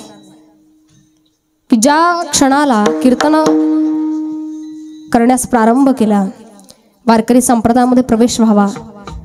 आणि या वारकरी संप्रदायात येण्यापूर्वी अगदी न्यूज चॅनेलवरती अँकरिंगचं काम केलेलं, पत्रकारिता केलेली, न्यूज 18 लोकमत असेल किंवा इतर कुठले तत्सम चॅनेल असतील. आणि ज्या क्षणाला पत्रकारिता केल्यानंतर काहीच दिवसांमध्ये कीर्तना क्षेत्रास प्रारंभ करावा, कीर्तनामध्ये यावं, कीर्तन करायला प्रारंभ झाला. करता करता करता आता 4 ते 5 वर्ष, जवळपास 5 वर्ष पूर्ण होत आलेत. पण या 5 वर्षामध्ये महाराज भगवंताविषयी भरभरून सांगण्याचा प्रयत्न केला. कार्यक्रम कुठलाही असू देत, पण अंतःकरणापासून समाजापर्यंत पोहोचण्याचा प्रयत्न केला. आणि त्याचं फळ भगवंतानं दिलं. की आत्तापर्यंत तुम्ही मला झी टॉकीजवरती अनेकदा बघितलं असेल. महाराष्ट्रभर तर कार्यक्रम होतातच. भगवंताच्या कृपेनं महाराष्ट्राच्या बाहेरही जायला मिळतंय. कुठला मोठेपणा नाही, परंतु महाराष्ट्राच्या बाहेर जायला मिळतंय, बघायला मिळतंय. नाही का, महाराज गोव्याला गेले, तिकडेही भक्तगण निघाले म्हणाले. म्हणजे ज्या ज्या क्षणाला बाहेर जावं ही अनेक ठिकाणं आज बघायला मिळत आहेत. कर्नाटक असेल, मध्य प्रदेश असेल, छिंदवाडा, गुजरात, ज्या ज्या ठिकाणी जावं ही भगवंताची कृपा. झी टॉकीजवरती अनेकदा कीर्तना करता बघितलं असेल, फक्त मराठी चॅनलवर कीर्तना करता बघितलं असेल, इतर कुठल्या चॅनलवरती कीर्तना करता बघितलं असेल, न्यूज 18 लोकमतवरती मुलाखती करता बघितलं असेल, किंवा ABP माझावरती लाईव्ह चर्चा करता बघितलं असेल, किंवा इतर ठिकाणी सोशल मीडियावर बघत असाल. परंतु भगवंताच्या कृपेनं काहीतरी दान भगवंताकडं मागावं आणि ते दान भगवंतानं माझ्या पदरात टाकावं. अभिनय क्षेत्रात पदार्पण करायचं ठरवलं. आणि अभिनय क्षेत्र म्हटलं का वारकरी संप्रदायातल्या लोकांसाठी ते चुकीचं आहे असं म्हटलं जातं. पण माऊलींनी भरकटोही दिलं नाही, दुसरीकडे कुठे जाऊही दिलं नाही, आणि मनातली इच्छाही पूर्ण करून घेतली. की ज्या ठिकाणी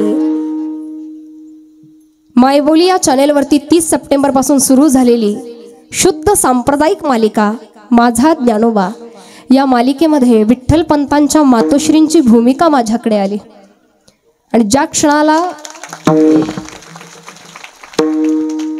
ज्ञानोबारायांच्या वंशावळीतलं होण्याचं स्थान प्राप्त व्हावं, मी म्हणेन माझा परमार्थ याच्यापेक्षा मोठा नाही. कारण आज समाजाच्या लोकांच्या दृष्टिकोनामध्ये बदल झालाय. महाराज पूर्वी गावागावात यायचं नाही का, लोक पहिले शालीन नारळी श्रीफळ द्यायचेच, पण आता बदल झालाय. आता लोकांच्या नजरेतली प्रतिमा बदलली आहे. लोक विचार करतात, श्रद्धेनं बघतात की आज आमच्या गावात ज्ञानोबारायांच्या आजी आल्यात. ज्ञानोबारायांच्या आजी म्हणून मिरवण्याचा जो मान मिळतोय, भगवंत करो त्याला कुठे धक्का लागू नये. कारण समाजाच्या नजरेतली प्रतिमा ही अशीच अढळ असावी. पूर्वी फार आनंद वाटायचा, घरी कोणी महाराज लोक आले ना त्यांच्या संग फोटो काढ, सेल्फी काढ, कुठे काय आनंद असायचा महाराज. पण आज ज्या क्षणाला तीच माणसं आपल्यासोबत सेल्फी काढतात, एवढं भारी वाटतं. कुठेतरी भगवंताची ही कृपा. कीर्तन संपल्यानंतर लोक एवढं येड काढतात फोटोला. पण प्रेम आहे, कुठेतरी लोकांचं हे प्रेम आहे आणि भगवंतानं ते दान जर माझ्या पदरात टाकलंय तर त्याचं काहीतरी ऋण म्हणून मी निश्चितपणे समाजाला देण्याचा प्रयत्न करते. म्हणून ताईंनी ज्या क्षणाला सांगितलं ना का ताई असं असं मंडळ आहे तुम्हाला करावंच लागेल ॲडजस्ट, म्हटलं हरकत नाही, कधी तयार आहे. ज्या क्षणाला इतकी सुंदर भूमिका आहे, नक्की बघा, आवर्जून बघा. मायबोली या चॅनेलवर दर गुरुवार, शुक्रवार, शनिवार रात्री 9 वाजता. आणखी जर अपडेट्स हवे असतील तर इंस्टाग्राम अकाउंटला हवं जयश्रीताई तिकांडे ऑफिशियल HBP इंग्रजीत केलं तरी येऊन जात आहे. तिथे तुम्हाला अनेक प्रकारचे प्रोमो मालिकेचे बघायला मिळतील. आणि या वाह्यात गोष्टी बाकीच्या बघण्यापेक्षा महिला मंडळ एका नवऱ्याच्या 2-2 बायका बघत बसण्यापेक्षा, त्यांचे ते लफडे बिपडे घरातले भांडणं कुंडणं बघण्यापेक्षा हे कधी चांगलं आहे. लेकरांवरती चांगले संस्कार घडतील म्हणून बघा. अगदी सोज्वळ अशी भूमिका. नऊवारी सोवळं नेसलेल्या, गोल ठसठशीत कुंकू, आडवं गोंदन, अंबाडा घातलेला, खांद्यावरती सतत पदर आणि सोज्वळ नाकातली ती मोठी नथ, अशी सुंदर अशी भूमिका आहे की त्या शतकातल्या स्त्रिया कशा असायच्या. ते कुलकर्णी पद कुठे गेलं. आम्हाला आत्तापर्यंत विठ्ठलपंत रुक्मिणी माता यांचा इतिहास माहीत होता, पण या आधीचाही इतिहास नेमका काय हे त्यातनं जाणून घेता येईल. आणि आदरणीय हरिभक्तीपरायण जलालजी महाराज सय्यद आणि हरिभक्तीपरायण साऊंड सिस्टीम क्षेत्रातलं नाव दीपक अण्णा पवार, ज्यांच्या निर्मितीनं हे उभं राहिलेलं आहे. सांगायचं कारण इतकंच आहे की आम्हाला समाजामध्ये अनेक घटकांकडनं हे प्रेम जे मिळतं आहे, भगवंतानं जे दान भरभरून दिलं आहे, निव्वळ अंतःकरणामध्ये श्रद्धा ठेवा, निष्ठा ठेवा. भगवंत तुम्हाला सुद्धा दिल्याशिवाय राहणार नाही, हा अनुभव आहे. बोले तैसा चाले त्याची वंदावी पावले असं म्हटलं जातं. स्वतःचं मोठेपण नाही सांगत, परंतु शहीद जवानांच्या नावानं आज महाराष्ट्रात अनेक कीर्तनकार मांडतात कथा, व्यथा, त्यांच्या वेदना. परंतु ते करत असताना 3 वर्षांपूर्वी महाराष्ट्रातला पहिला सप्ताह, शहीद जवानांच्या नावानं होणारा पहिला सप्ताह राजापूर गावामध्ये आम्ही घेतला. कुठल्या अभिमानानं किंवा अहंकारानं सांगत नाही, परंतु एखादं कार्य कीर्तनकारानं केलं की बाकीचेही त्याच्या पाठीमागं करत चालतात. म्हणून तुम्ही आम्ही जर आधी केलं तर समाज निश्चितपणे करतो. म्हणून समाजाला ज्या गोष्टी आम्ही सांगतोय त्या आधी आमच्या आचरणात असल्या पाहिजेत. साधू संतांचं ते आचरण होतं, त्यांच्या अंतःकरणातली ती निष्ठा होती, प्रेम होतं, तेच त्यांनी समाजाला देण्याचं कार्य केलं. आणि म्हणूनच नाथबाबा म्हणतात की त्यांचं अंतःकरण तसं आहे. पण संतांनी जे तुम्हाला आम्हाला शिकवलं, नामचिंतन, नामसंकीर्तन, हे नामसंकीर्तन तुमच्या आमच्याकडनं घडावंच. कमीत कमी कीर्तन सुरू झाल्यापासनं टाळ्या जरा कमीच पडल्यात. आशा नाही, आशा नाही, आशा नाही. महिला मंडळ भजन चालू असताना, प्रमाण घेत असताना आमची टाळी कुठंतरी वाजत नव्हती, पण आता मन मोकळ्यापणानं टाळ्या वाजवायच्यात आणि एकदा मोठ्या प्रेमानं भगवंताचं भजन करायचं आहे. विठोबा रखुमाई, विठोबा रखुमाई, विठोबा रखुमाई, विठोबा रखुमाई, विठोबा रखुमाई,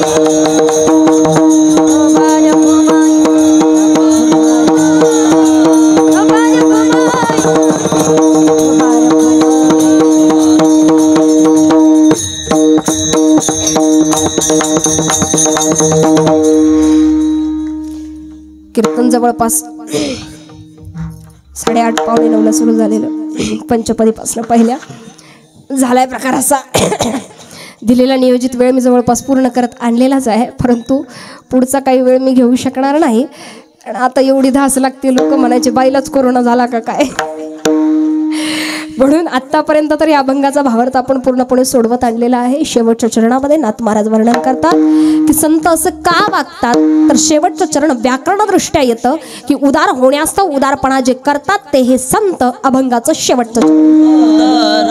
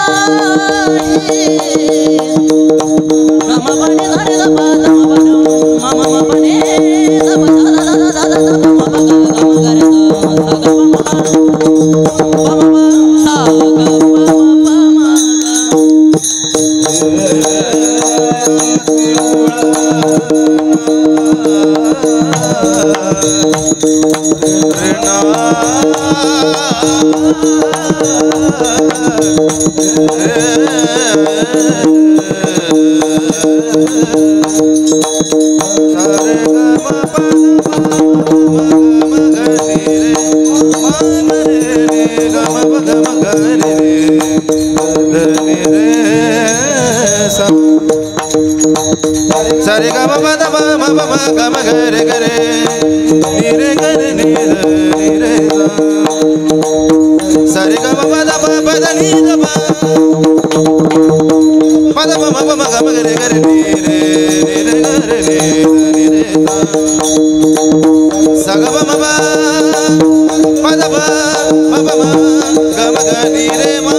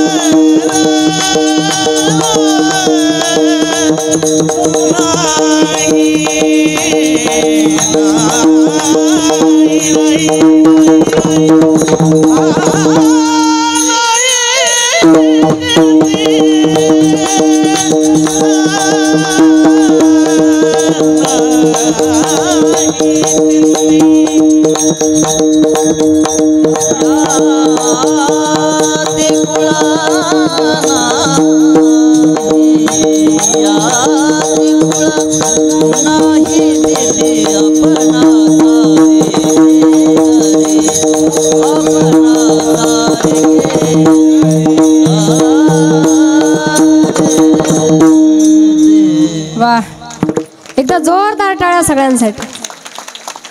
अरे कलाकार कभी मरता नहीं वो जिंदा रहता है, कलाकार कभी मरता नहीं वो जिंदा रहता है, आज भी देखो वो सिर्फ तालियों की इंतजार में रहता है.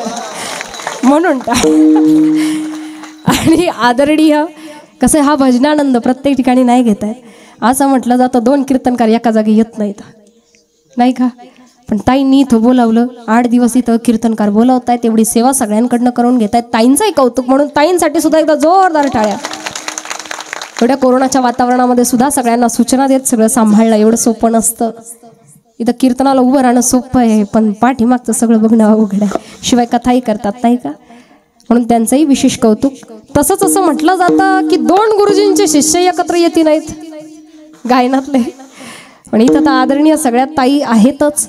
त्याचप्रमाणे आदरणीय ज्यांना गायनातले भीष्माचार्य म्हटलं जातं असे आदरणीय सटले गुरुजींचे दोन्ही शिष्य अक्षयजी महाराज चंद्रे असतील आणि मला वाटतं संतोषजी महाराज ना साळुंके,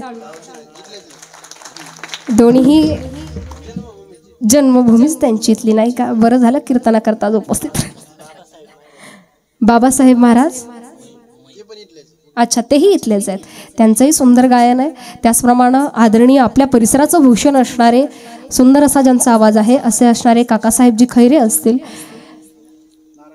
नारायण महाराज काळे, त्याचप्रमाणे प्रकाश महाराज उंबरे, दत्ता महाराज उंबरे, अच्छा, पुंडलिक नाना काळे, मच्छिंद्र नाना, अजून नारायण महाराज जावं येतं. बर, जावई बुवांसाठी टाळ्या. जावई सासरवाडीत कधी काम करीत नाही असं म्हटलं जातं, पण ते उभे राहिले. तसे 2 सिस्टीमवाले सुद्धा एकत्र येते नाहीत, पण इथं ते सुद्धा झालंय, नाही का? 3 झालेत, 3 झालेत. आदरणीय आपल्या परिसराचं भूषण असणारे कीर्तनकार कुठलंही असो, ज्यांच्या घरी जेवायला असणार म्हणजे असणारच असे सोमनाथ महाराज हिवाळे आणि त्यांच्या सौभाग्यवती रेणुकाताई हिवाळे दोन्ही दाम्पत्य सुंदर पद्धतीनं कार्य करतात आणि आज ते सुद्धा या ठिकाणी उपस्थित आहे. त्याचप्रमाणे ज्यांची साऊंड सिस्टीम आज इथे आहे, उस्मानाबादवरून इथपर्यंत येणं 8 दिवस सांभाळणं, नाही का? खरंच दादा सुरेख असं काम, दादांसाठी सुद्धा टाळ्या. त्याचप्रमाणे 2 शूटिंगवाले सुद्धा एकत्र आलेत, 2 शूटिंगवाले पण एकत्र आलेत. वेगवेगळ्या अँगलने टाकतील ती गोष्ट वेगळी. आणि या ठिकाणी असणाऱ्या सगळ्या ताईंची नावं पत्रिकेमध्ये आहेतच. ज्योतिताई आहेत का? ज्योतिताई धनाडे, आणखी वैष्णवीताई कराडे, पूजाताई आणि आदितीताई, त्याचप्रमाणे आमच्या विना घेऊन उभे असलेल्या ताई, त्याचप्रमाणे कीर्तनाकरता आवर्जून उपस्थित असणारे, आमच्यासोबत असणारे. सकाळी आमची कीर्तन सेवा अकोले भागामध्ये झाली, आमच्या अकोले भागामध्ये, आणि त्या परिसराचं भूषण आदरणीय हरिभक्तीपरायण राष्ट्रीय धर्माचार्य निवृत्ती महाराज देशमुख इंदुरीकर यांचे पुतणे नितीनजी महाराज देशमुख, ते सुद्धा या कीर्तनाकरता उपस्थित होते, पण ते काही उभे राहिले नाहीत, तरी त्यांचे आभार. त्याचप्रमाणे अवघ्या महाराष्ट्रामध्ये आमच्यासोबत फिरणारे, सुंदर अशी साथ देणारे मृदुंगाचार्य हरिभक्तीपरायण हर्षलजी महाराज ताजने, ते सुद्धा उपस्थित आहेत, पण ते काही वाजवायला बसले नाहीत, कारण एकच पखवाद लागत होता ताई म्हणाल्या, म्हणून 2 पखवादे काही एकत्र येऊ शकले नाहीत. पण महाराजांनी सुंदर असं पखवाद वादन केलं. हरिभक्तीपरायण, मला वाटतं नखाते महाराज ना, दत्ता महाराज नखाते, सुंदर न कुठलाही स्वर खाता त्यांनी सुंदर वाजवलं, म्हणून त्यांच्यासाठी टाळ्या. त्याचप्रमाणे आपल्या या कार्यक्रमाकरता विशेष आवर्जून उपस्थिती असणारी सर्वच मान्यवर मंडळी या ठिकाणी उपस्थित आहेत. हरिभक्तीपरायण बळीरामजी महाराज यादव, त्यांची सुद्धा सुंदर अशा कीर्तन सेवा परिसरामध्ये घडत असतात किंवा बाहेरही जात असतात. आपले जोगदंड भाऊ, बीड जिल्हाध्यक्ष, अखिल भारतीय वारकरी मंडळ, आमची नित्याला ओझरला भेट